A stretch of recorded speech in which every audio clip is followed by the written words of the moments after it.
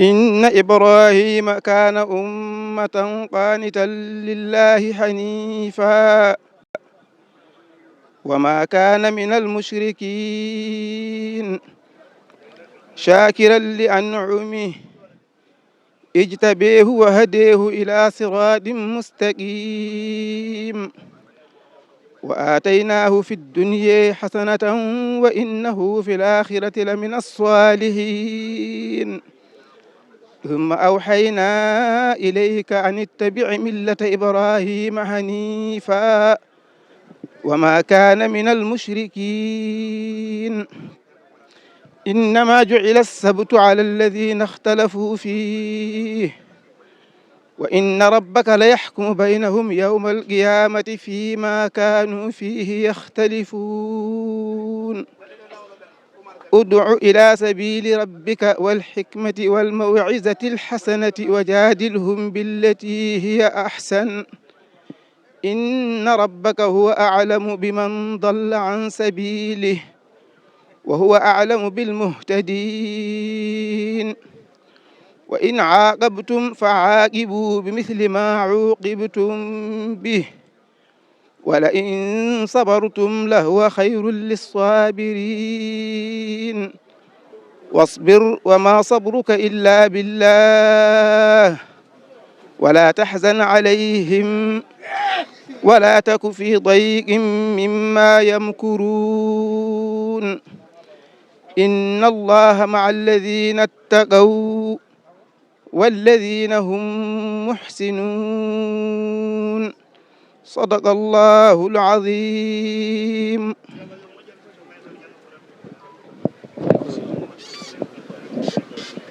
بدرام جعفر جوترن سيدا باين فدار golle men de ci rahmatu janjawi assalamu alaikum wa rahmatullahi wa barakatuh o wi ko yamirore mawbe men be Ceerno Sidi An Ceerno Mahamadul Bachir Thiam Ceerno Siddiq Talla o wi kambe lamtinibe yobe jettin salminaangu almubbe be caggal wiide assalamu aleykum wa rahmatullahi ta'ala wa barakatuh ɓe calmini ceerno ɓe juurima ceerno kadi eɓe ñaaguimo duwaw eɓe gardina e calminali ɗi surafa'u en tawtoraɓe jonde nde hono musidɗo makko Sharif Mahmoudou Taha e miñiko en e ɓiɓɓe makko ɓe calminiɓe kadi ɓe juurimama ɓe hadara mabɓe ɗo eɓe ƴetta calminali mabɓe almuɓɓe duɗal ngal wonɓe ɗo e wonɓe caggal leydi yinnoɓe tawtorede ɓena ñaaninoɓe tawtora eɓe ƴetta calminali ɗi ɓe ndewna calminali ɗi e khalifa galle o e lomto alhaji Oumar An mo Allah ardini hande hono ceerno meɗen bammen ceerno Cheikh alhaji Oumar An en calminimo ɓe juurimomo ɓe ñaaguimomo duwaw kadi ɓe neldi duwaw calminali mabɓe e hakkude meɗen e ceernajo o e ziyara men hakkude men e ceerno o konko de andi no yettinirta konko ɓuuri wawde yettinde konko ɓuuri andude no yettinirte fof en pawti ɗum e juuɗe makko konko noon e miñi ko en rewɓe e worɓe fof e zurriya o fof kala ko yalti e alhaji Oumar An en calmini ɗum en juurima ɗum e ceerno o ko almuɓɓe ɓe ɓe gari tan ko juurade fodde neɓe mbaɗanno ɗum ɗo tawi heññama hen eɓe gandi ko guidgol ma e almuɓɓe ɓe eɓe gandi ɗoɓe tolni e ma eɓe gandi ɗo keedanɗaɓe aɗa wonaniɓe ceerno aɗa wonaniɓe baaba aɗa wonaniɓe lomto gueɗe foof so wonano ɗum oɗo ñalawma hande ɓittede mum e faaɗede mum arde ɗo dokkaɓe hayso minute goto eko Allah yetma ko o wi ɗum ɗon ko giɗgol mangol o wi tama rokkanima ɗum ñalawma hande o kadi rokkanima ɗum ɓe gari noon ko salmindema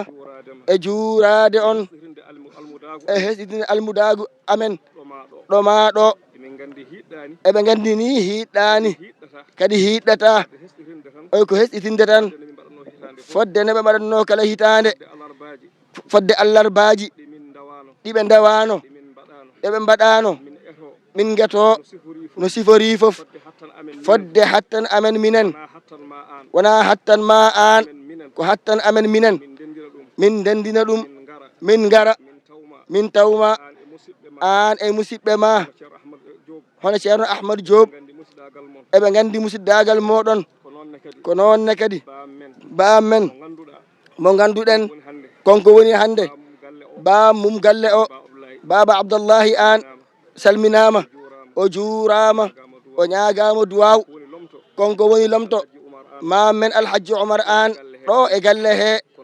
ko nonne kadi en calmini ceerno men ceerno Sidi hayso waɗi hoore makko to almudagu to ɗum kadi o waɗi hoore makko ɗum kadi o suuɓi ɗo soɓe gariɗo ɓe dokkatmo haqqe ceernagal makko ɗo woni ɗo maɗo e ɗo gonɗa ɗo makko ɗo ɗum tan wonno ko almuɓe ɓe jamirno yoɓe jettin ɗum tan woni haala ka ko rewi hen lawol ɗum ko barkeji moɗon e duwawuji moɗon kala ko rewani hen lawol ko kaalowo o omo ñaagui hen yaafuya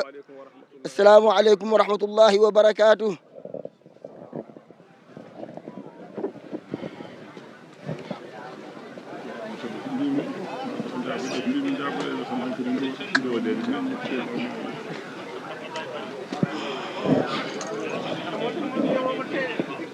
salminde e juurade ko jooɗi ɗo ko fof ceerno men ceerno Cheikh an o wi caggal salminde e juurade ko woni ɗo ko fof o wi ardude calminaali ɗi e Sharif Mahmoudou Taha musidɗo maɓɓe e jinnaɗo maɓɓe baba Abdallahi an ɓe calmini fof eɓe juuro fof o wi ni ko aada tan o wi kadi jeeya koye aadaji moƴƴi almuɓɓe kawra e nokku eɓe goni dental ɓe kawra toon e ceerno maɓɓe ɓe jagga ñalawma waktu arde juurade ceerno maɓɓe o wi ɗum ko aada kono noon ko aada moƴƴo o wi kono ko mbaɗɗen ɗo hande ko omo andi ko heewi e meɗen ina mbadda ɗum e makko taw wona oɗo ñalawma o wi ko golli ko holli ko ko eɗen mbatti e makko haqqille ɗum ne nafoore nde koye meɗen tan ruttoto o wi enen kay caggal yettude Allah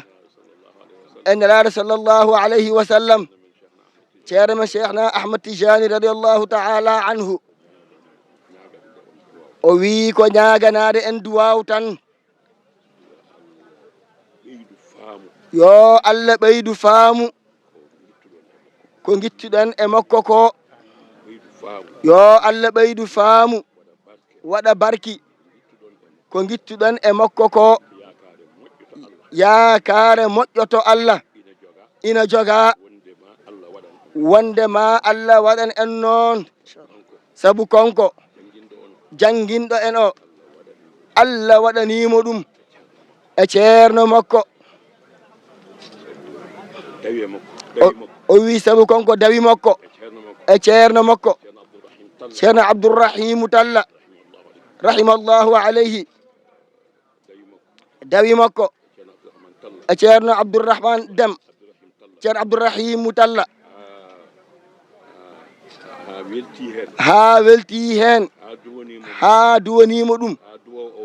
ha duwaw o jaɓa o wi enenne ken almuɓɓe makko sen beltinimo hawa duwanima en tan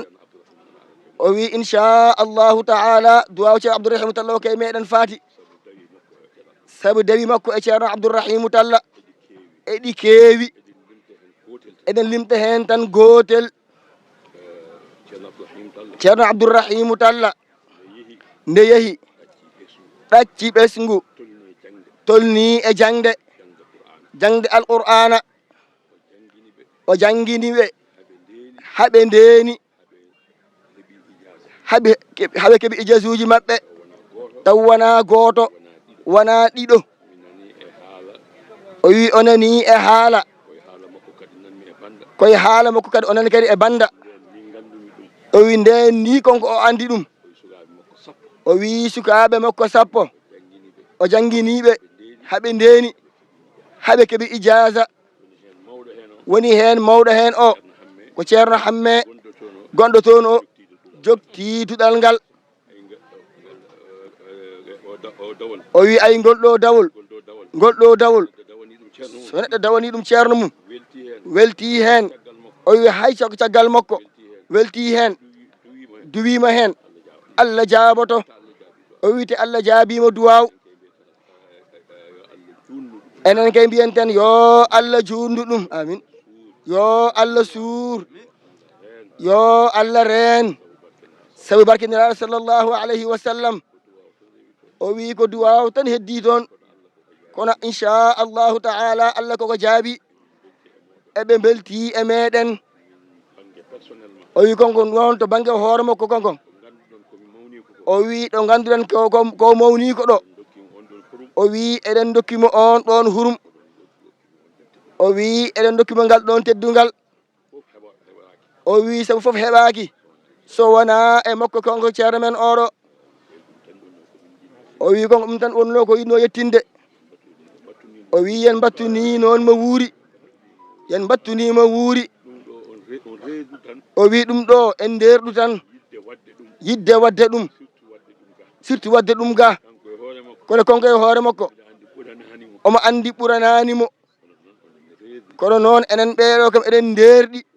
wadde ɗum yidde wadde ɗum o wi rerduɗe e moƴƴere noon ina moƴƴi so gollama yoɗat wadde nde golla tan ko yooɗi wallahi arrahbatu fil hayri ay hayrun wa amalul birri yazidu yazinu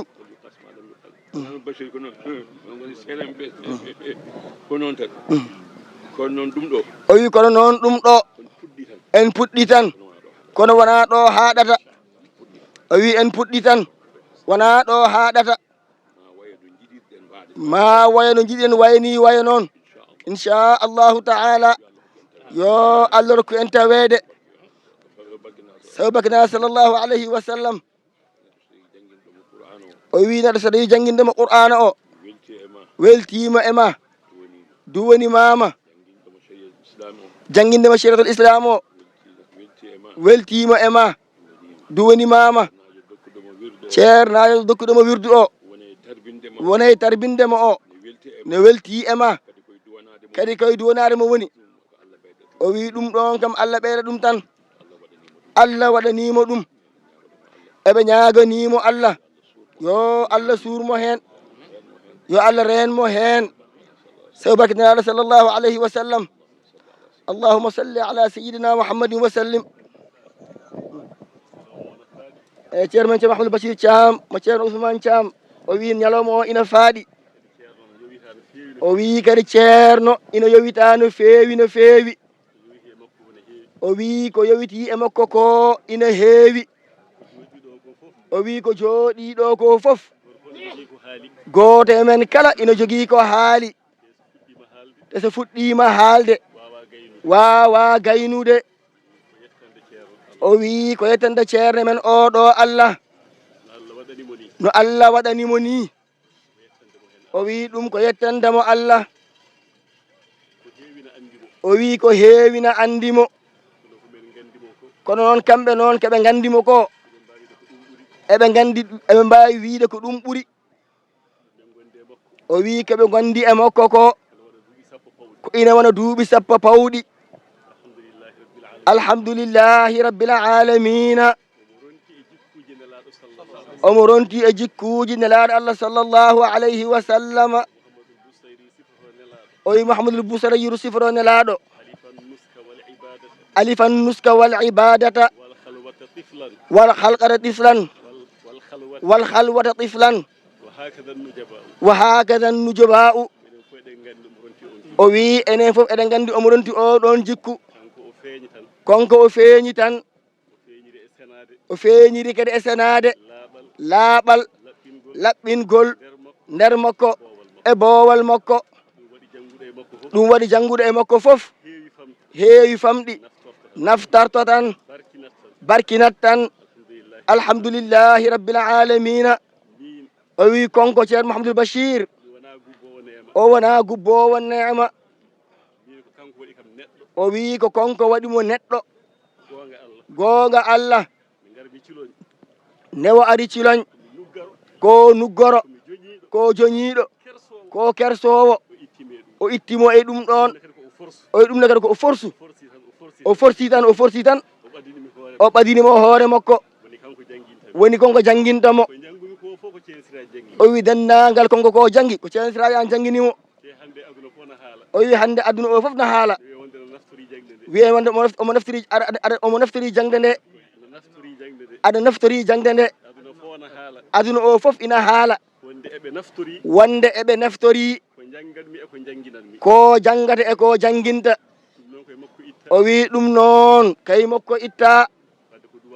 wadde ko duwanademo tan man asda ilaykum ma'rufan fakafi'uhu fa in lam tastati'u fad'u lahu hatta ta'lamu annakum qad kafatuhu o wi nelaɗo wi noon sallllahu alayhi wa sallam baɗanɗomo moƴƴere o wi yoɓtumo hono moƴƴere nde waɗanma nde to banggue gollal o wi sa wawa duwonoɗamo duwoɗa hatina e ɓerde ma wonde a yoɓtimo moƴƴere nde o wi enen noon kam kamɓe ɗum wodani ɓe e hakkude mabɓe e ceerno men ceerno Mouhamadou Siraji an alhamdulillahi rabbil alamina yettandemo Allah yettande almuɓeɓe Allah ko heewi na andi neɓe mbaadi e neɓe mbaduno o wi Ibnu Duraydi joni koye nder jamma goto o jangguinimo ɗum o wi ndeɓe puɗɗi 21 heures o wi hen ɓe goni ha 3 heures du matin o wi ɗum ko dokkal ɗum ko himme makko o wi so tawi eɓe jahanno guijilon mawlud konko formiɓe hen konko e ceerno Hamme Talla kamɓe tan e makko e nder suudu ɓe gona yimde omo heeɗo o susniɓe yimɓe o windi hiɗab mo adi wadde o wi ko bindal ceerno men oɗo omo mofti ɗum ha joni o wi so hirde yeehi ha woɗɗoyi daroɗa jangga hiɗab o wi wallahi ko jingguere o wi wona ko jingguere o wi te ɗum ha joni kadi ina jokki ne jokki ha joni to banggueji ɗi foof o wi ɓiɓɓe makko nan janggato makko to koko ɓuuri ko waɗannomo ko ɗum woni ko waɗande ɓesgu makko kono ha joni ɗo joɗiɗo taw jiiɗa noon e gueɗe goɗɗe kala ko Allah arsiguinimo omo siftoro hen galle o wiite ko ganduɗa ko konko fonno wadde ɗum konko waɗa ɗum hande o wi ɗum ɗon ko yettandemo Allah alhamdulillahi rabbil alamin o wi Allah wi e hadithul qudsiyu abdi lam yashkur li idha lam yashkur man ajraytu ni'mati ala yadayhi Allah wi so tawi a yetti kam an jiyaɗo am o so tawi a yetti kam a yettani noon jiyaɗo mo dewrumi sababu o neema o ha yettima sa yetti kam jettugol ma e mom yettata komi o wi ɗum noon konko ceerno men o eɗen jettamo o wi konko formi ɓe jangini ɓe waɗi ɓe ne ɓe mbayini kadi ko goonga Allah alhamdulillahi rabbil alamin oɗon jarlo noon oɗon jaafo allahumma salli ala sayyidina muhammadin wa sallim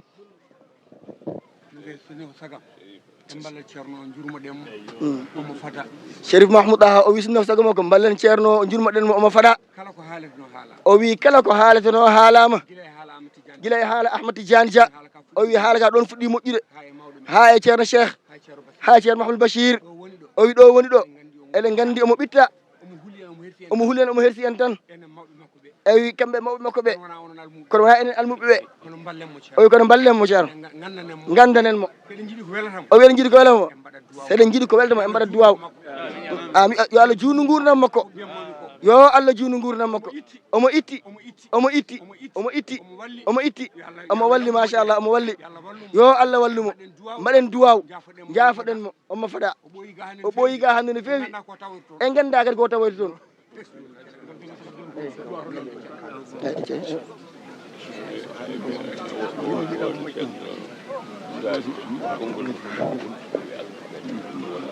Cherif wini ko duwaw tan hankkadi heddi ceerno men ceerno Mouhamadou Siraji o wino Cherif Mahmoud Daha wini ko duwaw tan heddi en beltima no feewi o wi kamɓe beltima no feewi kala ko haaleteno o wi kala ko haaleteno haalama kono fofof noon ruttoto tan koye barkeji seeramɓe ruttoto tan koye barkeji seeremɓe e jinnaɓe ko barkeji maɓɓe ɗi tan ko ɗin tan mbaɗini o wi ɗum ɗo fofof ko barki ceerno Abdourrahimu radiyallahu ta'ala anhu o wi saabu enen ɓeeɗo ko toon kawruɗen e makko enen fofof ko ɗon kawriɗen o wi ko kuutodirɗen ko fofof ko toon kuutodirɗen ko ngododirɗen ko fofof ko toon ngododirɗen o wi wadde ndeke barki o fof ko toon on ɗon barki noon ko malkinarteɗo sabu ko barki ceerno Mouhamad Baba radiyallahu ta'ala anhu mo ganduɗa jibini barkeji ɗi fof sabu hay ko woni ɗo ko ngorondi muɗum ko toon ɗum noon eɗen jettira ɗum Allah nde Allah waɗi en kuutorɗe e on ɗon barke o wi ko ɗum tan jettirɗen Allah eɗen belti hen no feewi e barkeji kadi jinnaɓe o wi ɗum ɗo fof de ko tampere maɓɓe e golle maɓɓe e duwawuji maɓɓe e darde maɓɓe o wi ɗum ɗon mawɓe ɓe ina gandi ɗum ɗon fofof o wi Baba Abdoullahi oɗo jooɗiɗo kala ko waɗi hen ko jinnaɗo o wanno hen kamɓe mbaddi ɗum o wi saabu hayde ɓe natoyde jangde ko kamɓe jaadi kamɓe nawdiɓe wadde konko oɗo ala ko humpa hen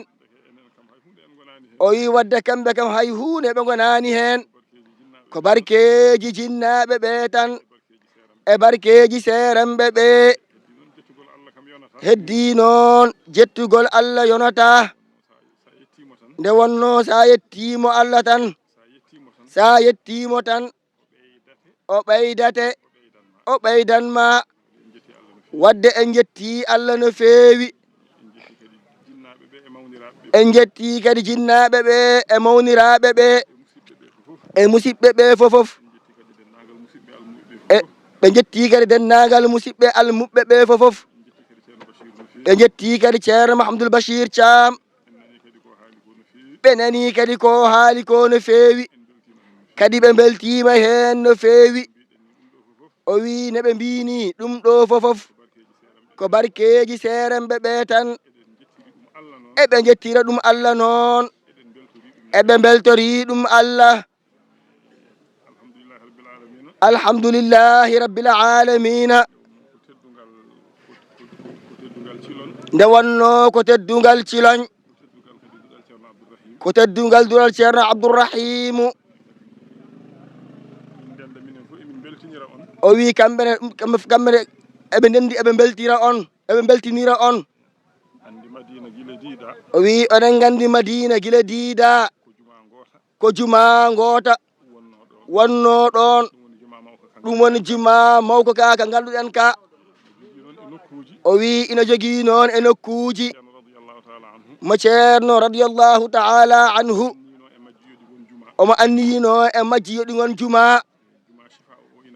o wi juma Chifa o ina jeeya hen Allah newni noon juma o anniya o timmi hikka Allah kadi waɗi ko kanko ceerno Mouhamadou Bachir Thiam oɗo konko ceerno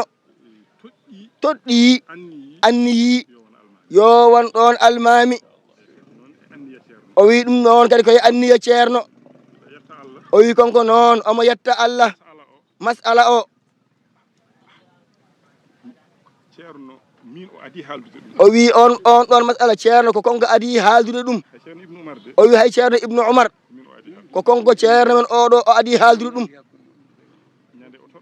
o wi ñande o toɗɗotomo nde o wi ñande hen ko alhamis tafsir waɗa ha gasi ɓe naatti omo wonduno ɗon e yogo e sukaɓe galle o wi ɓe kabrodiri ha gasi kamɓe foof ɓe jalti ha heddi konko tan e ceerno o wimo mate won gonɗo ɗo o wimo ala o wimo sok dammuɗe ɗe fofof o wi suudu ndu waɗi ko dame ɗiɗi damal jaltowal e sal he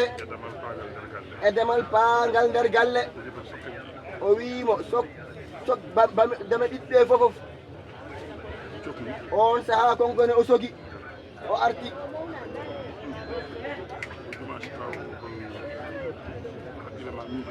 o wimo an kam jima Chifa o holno haqqille ma miijori hen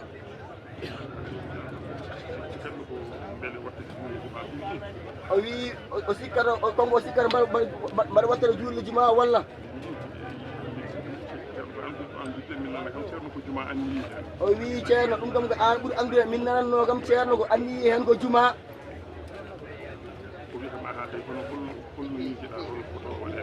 o wi aha kay ko noon kay no mbiɗani ko noon kono holmo miijiɗa hol potowo wonede almami o wimo ceerno to banggue diine o wi konko o ala hen miijo kala miijo ngo joguiɗa min to banggue diine haqqillam ene tawtuma e ɗum ɗon sabi ko ganduɗa toon ko hay goto anda toon o wimo min de to ɓerde am to anniyam ina miiji haqqille makko miiji ko Mouhamadoul Bachir mo ceerno Ousmane Thiam o wi noon omo jogui hen teskuyaji kewɗi sabu teskade no Allah waɗani Sidil Hadji Ali e ngal ɗo dental o wimo ɗum ɗon ko dokke Allah o wimo ɗum ɗon ko dokke Allah wadde haqqille makko koye makko miiji joni annene holno mbiɗa hen ɓaade ko an jangguinimo holko miijiɗa hen o wimo o wi eɗen gandi kam ceerno ko moƴƴo omo andi ko jofoto o wimo ceerno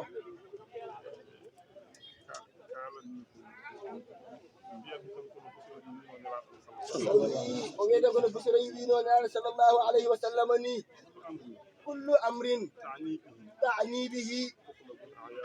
tutlabul a'yanu fihi wa ta'jabul busara o wimo fir o wimo an Allah darnuma darnugal nane sallllahu alayhi wa sallam o wi busoro no wiyo nane sallllahu alayhi wa sallam kala fii mo kimmirɗa no wawi wade foof jaatiji ɗi mbahlifte hay so leggal ngal jinnoɗa yo won waliyu wontat waliyu o wi wata ajibul busaraw o wi ndaroɓe kaawe holno ɗum waylitori o wi saga noon mo ganduɗa ko ƴiƴam Seydil Hadji Ali Seydil Hadji Ali ko goto e seremɓe dental ngal o wi ɓamen ko garɗi ɗo e dental ngal he ko o wi oɗo sifa mo ganduɗa so wiyama dental ngal tan goto fof ina andi dental ngal on sifa ceerno ƴetti ɗum koye Seydil Hadji Ali tawi eɗen nana taarih o ñande fof ɓe ummi Kolda ɓe juuroyi Seydil Hadji Ali o yi sifa o yinno ko rumde Kolda o hayti o ruumi Madina kisa o wi ndeke on sirru Seydil Hadji Ali ina jogii keerindi mawndi e dental he ɗum waɗi konko omo jogii on ɗon teskuyaji goɗɗi o wi noon ceerno ko haalta ɗo ko noon o wi ko ceerno haalta ɗum o wi o haaldan ɗum e hay goto kadi mi disnodiraɗo hen e hay goto ko an tan ko konko tan e haqqille makko e anniya makko miijori noon o wi kala noon ko wayi noon ɗon ina mawni e makko ɗon ina mawni e makko tawat ina mawni e makko o wi ñande hen ko alhamis o wi o miiji ko aljuma janggo o so artoyi juma ka uddite joni noon yo won hakkude meɗen tan haw wiide ceerno Ibnu Omar ɓe disnira hen o wi kam ko joni ha joni ɓe kaldani hen taw o wi kono ko ni Allah ñawiri o wi ɗum noon ko teddugal meɗen enen ɓe foof Allah ci Abdourahim Talla enen curoñaɓe foof o wi ɗum ɗon ko teddugal meɗen sabu l'islam o wi Madina kala ko gollete hen ko teddugal manggal e l'islam so tawi neɗɗo suftama noon e gollirteɓe ngal teddungal ko jettirgol Allah o wi ceerno Alhaji Mahamadou ibn Saïd o wi kanko kala Madina kala ko neɗɗo ina golla hen e moƴƴere o anniyaniɓe ko jihadu fi sabilillah o wi ko ɗin ɗon baraji ɓe jogoto o wi hayyaɓe to guese to ina nema ɗum ɗon o anniyaniɓe wonde koɓe mbaɗa toon ko jihadu fi sabilillahi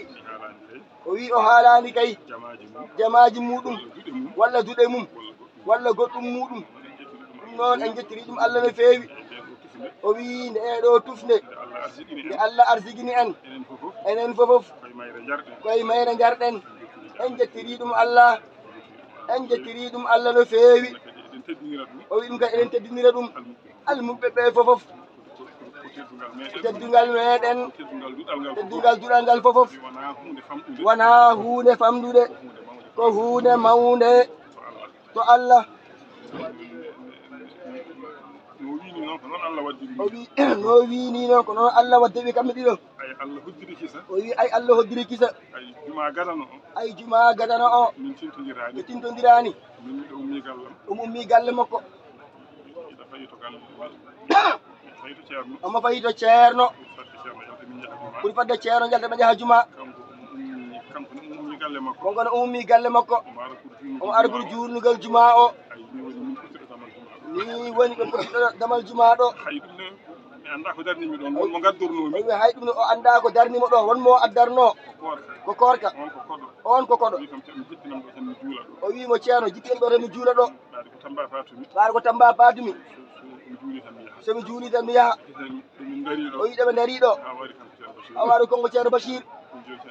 o wi ceerno ñewɗo rokku min duwaw o wi ni woni ɓe wi ɓe juuroyi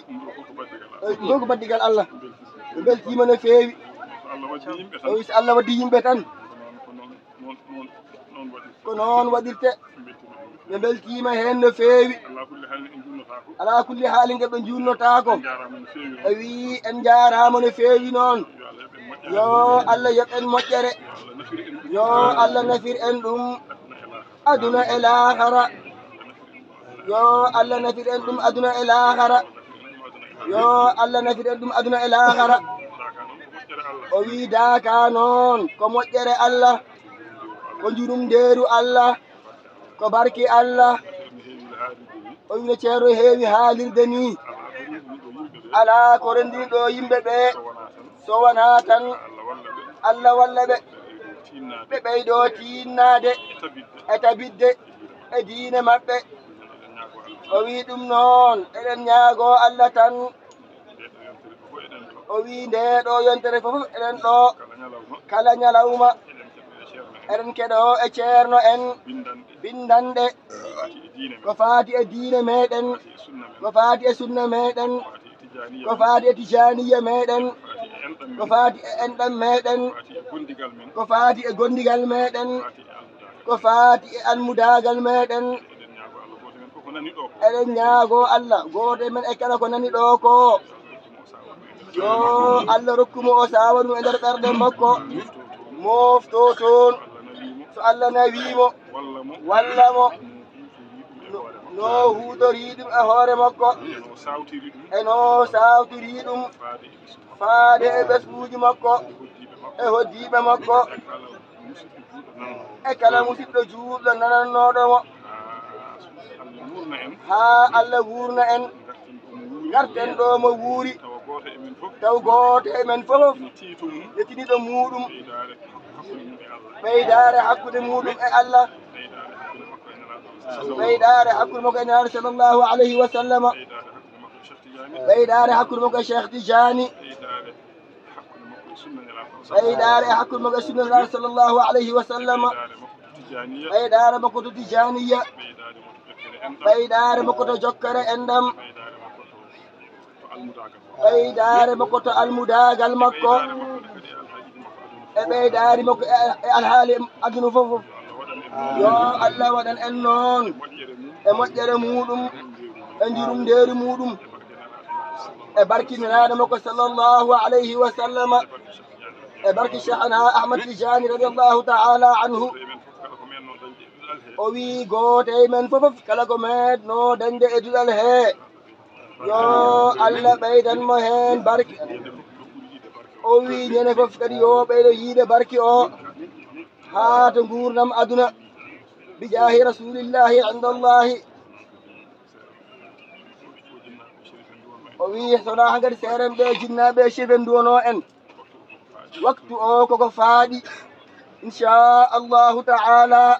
e yidde barkiniraare sabu annabi sallllahu alayhi wa sallam o wi kono eɓe ñaagi o wi ɓe ganda so tawi teddata o wi hay an jeeɗo ñalawma o almuɓɓema ngari juuradema ene ñaagoma moƴƴere ndeɓe jiɗanma ɓe jantodira e ma moƴƴere nde taw ko an duwi kamɓe fof ɓe mbiya amin ɓe mballima wiide amin emin ñaagima sabu Allah ceerno sabu annabi sallllahu alayhi wa sallam mbasa gantade ba Ablaye wi sebi ko kamɓe fof ɗum ɓe mbi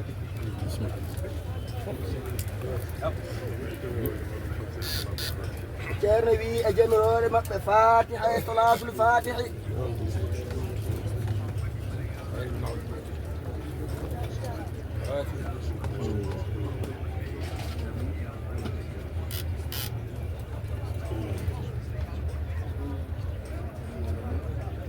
آمين آمين يا رب